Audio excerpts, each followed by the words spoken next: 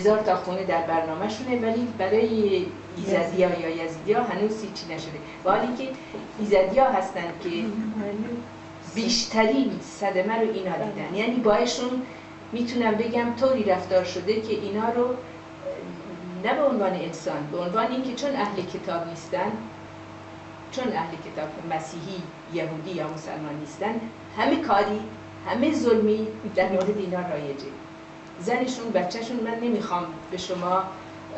از نظر تاریخی یادآوری گذشته رو بکنم. کسایی که تاریخ گذشته ادیان رو خوندن و میدونن که همتون حتما در این جریان هستین، میدونین که همون بلاهایی که اون زمانها سر آدمای دنیا آوردن، بله همین الان هم باز این کار میکنن. چون به خودم قول دادم چون تو این کار انسانی شرکت میکنیم، سیاست صحبت نکنم. سیاست رو میذاریم برای سیاست مداران که متاسفانه ما رو اینجاها میکشونن که میبینین و داری میبینین و انسان‌ها رو دارن میکشونن. ما اگر بتونیم این کار انسانی رو به صورت انسانی انجام بدیم، فکر میکنم کار خیلی بزرگی انجام دادیم. به هر حال وقتی که ما دیدیم که کارامون به این طریق برای ساختن خونه ها هنوز پیش نمیره، هنوز در حال تصمیم گیریه، گفتیم که ما باید به این زنها قول دادیم. اینا اومدن از ما خواستن و ما گفتیم که به شما قول میدیم که کاری بکنیم. ما نیومدیم عکس بگیریم ببریم عکس‌ها رو بفروشیم. اینا ما تازه با امکانات محدود خودمون رفتیم اونجا و این سفر رو انجام دادیم. گفتیم ما به اینا قول دادیم باید بریم یه کاری بکنیم. ماه اوت امسال تصمیم گرفتیم دوباره اعضای دفتر امین مرکزمون دوباره بریم کردستان و بگیم که ما الان امکاناتی به کمک انسان دوستان، من میخوام از 2 نفر اینجا به این دلیل تشکر کنم. یکیش روبروی من شما نشستین، شما رو میبینم، منیره عزیزم، اول کسی که کمک مالی به این مرکز ما کرد خانم منیره رفوگران، البته خود شما هم جزشون هستین ولی ایشون بودن و اولین چکی که ما دریافت کردیم از آقای دکتر عزیزی بود و دست شما بسیار خوب بود، خیر بود و بسیاری از انسان دوستای هموطنمون و بسیاری از آدمایی که مریض این آقای دندان پزشک هستن به ما کمک کردن. یعنی میتونم بگم خب یک آقای ایرانی، البته دخترشون از من خواسته اسمشون رو نگم، ولی آقای ساسانفر یک کمک 10,000 یورویی به این مرکز کردن که این باعث شد که ما این کمک هایی که شد باعث شد که ما شروع کردیم، رفتیم اونجا شروع کردیم. فقط اینو میخوام بهتون بگم که ما تصمیم گرفتیم، قول دادیم و قول میدیم که تمام پولایی که البته زیاد هنوز ما میخوایم از مردم بخوایم که کی میخواد کمک بکنه، حتی مثلا یکی بیاد بگه من میتونم 5 تا خونه اونجا درست کنم، یا یه شرکتی رو میشناسم که میتونه بیاد اونجا مثلا اینقدر خونه برای شما درست بکنه. ما به خودمون و به کسایی که کمک کردن قول دادیم که هیچ نوع، نه از نظر زیربنایی انفراستراکتور و نه از نظر کاریابی و نه از نظر مسافرت، اعضای این سازمان از کمک‌هایی که به این آدم‌ها میشه استفاده نکنیم. بنابراین اگر میریم اونجا یا کسی میره اونجا، حالا اگر از طرف فعلا تا الان خود ما رفتیم یا از طرف حکومت داخلی اونجا که امکاناتی دارن بخوان برای ما یا کسایی که میبریم امکانات ایجاد بکنن، بله، ولی نه پولی که برای این انسان‌ها، برای این آدم‌ها داده میشه. اینه که با این امکاناتی که جمع کردیم تعداد زیادی از دوستای ما، شما و خیلی از دوستای دیگه کمک کردن و ما تونستیم این چند تا کاری رو که الان اونجا ایجاد کردیم رو به راه بکنیم. اینا چی بود؟ ما وقتی دفعه دوم رفتیم اونجا دیدیم که من خواستم ببینم که چه کسایی میتونن اینجا کار بکنن. دیدم تعداد زیادی دانشجوی پزشکی، دانشجوی سال 4 و 5 پزشکی که باید بعد بیان تو کار عملی بکنن، یا دیپلمشون رو گرفتن باید کار عملی بکنن، اونجا هستن و هیچ کاری ندارن، برای اینکه اینجا رانده شدن، کاغذاشون نیست، جا پیدا نکردن، امکان ندارن برن تو این کمپ ها دارن میگردن که ما 11 نفر میخواستیم، 20 نفر اومدن، یعنی این شرایط رو دارن. ما گفتیم یه گروه به اصطلاح که کارهای اولیه بیمارستانی رو بتونن انجام بدن، به قول به زبان انگلیسی هایژینیست یا به زبان فرانسوی هیژینیست، که بتونن یاد بگیرن، که یاد بدن به مردم،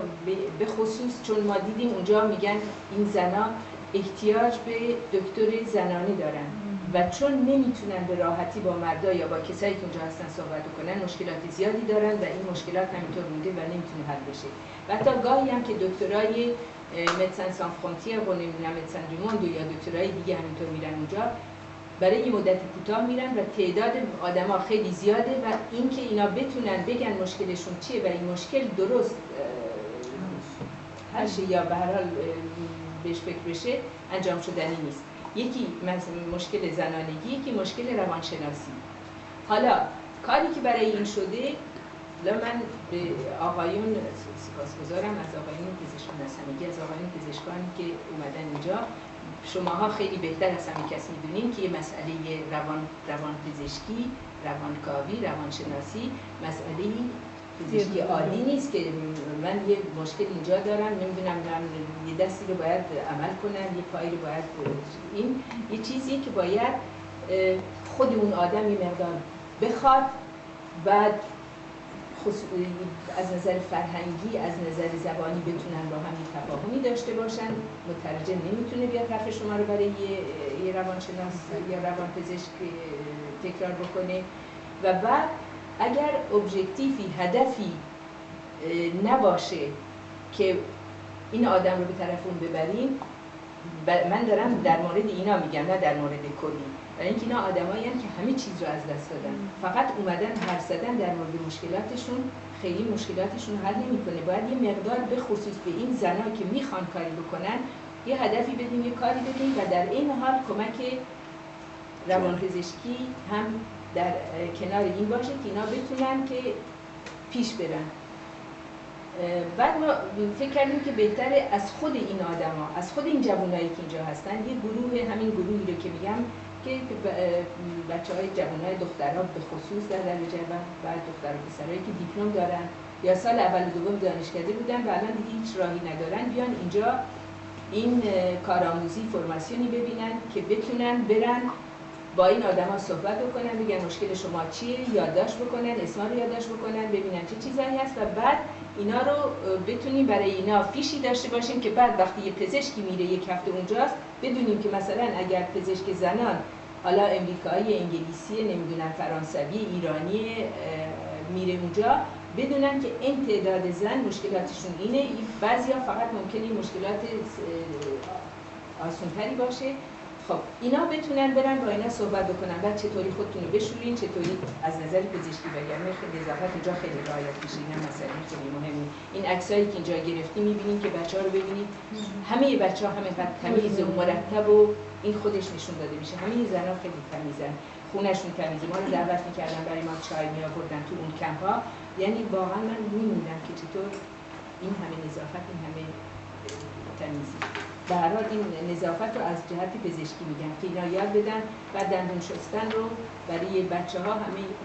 یعنی اینا باید براشون یه فرماسیونی بذاریم که این گروه رو حالا تشکیل دادیم، هنوز کارآموزی فرماسیونش ایجاد نشده. بعد دانشجوهای پزشکی که اینا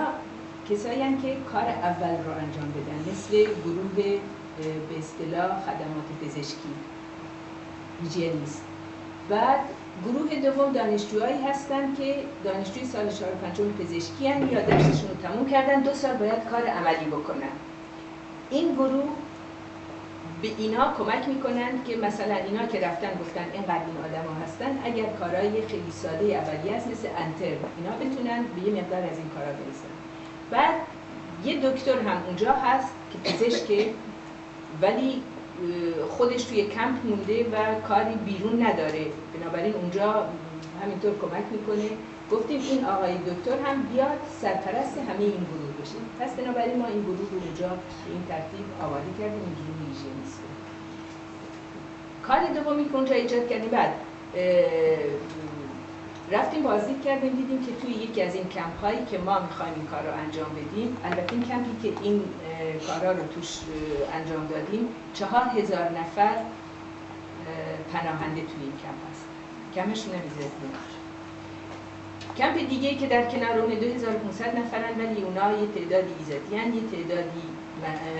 عربای رانده شده از موصل هستن، بیشتر عربای شیعه و گروه های دیگه تعداد خیلی کم مسیحی ها رو جدا کردن، مسیحی ها رو آوردن نزدیک اربیل، برای اونا خانه های یه خونه هایی که مثلا نیمه ساخته بوده اینا رو گرفتن درست کردن، یه تعدادشون اونا همشون با خانوادن، یعنی همه مسیحی ها در رفتن، هیچکی نه وایساد نه جنگ کرد، تعدادشون کشته شدن خیلی کم، یعنی واقعا به نسبت اونای دیگه خیلی کم، ولی اینا در رفتن و خب میدونین تمام کشورهای مسیحی دنیا به اینا کمک میکنن، اونجا خودشون هم اونجا اصلا سازمانهایی دارن. اینه که این کمپایی که ما توش این کارا رو داریم ایجاد میکنیم، کمپایی که فقط یزیدی‌ها توش هستن و واقعا غیر از خورد و خوراک هیچ کمکی به اینا نشده. درسته تو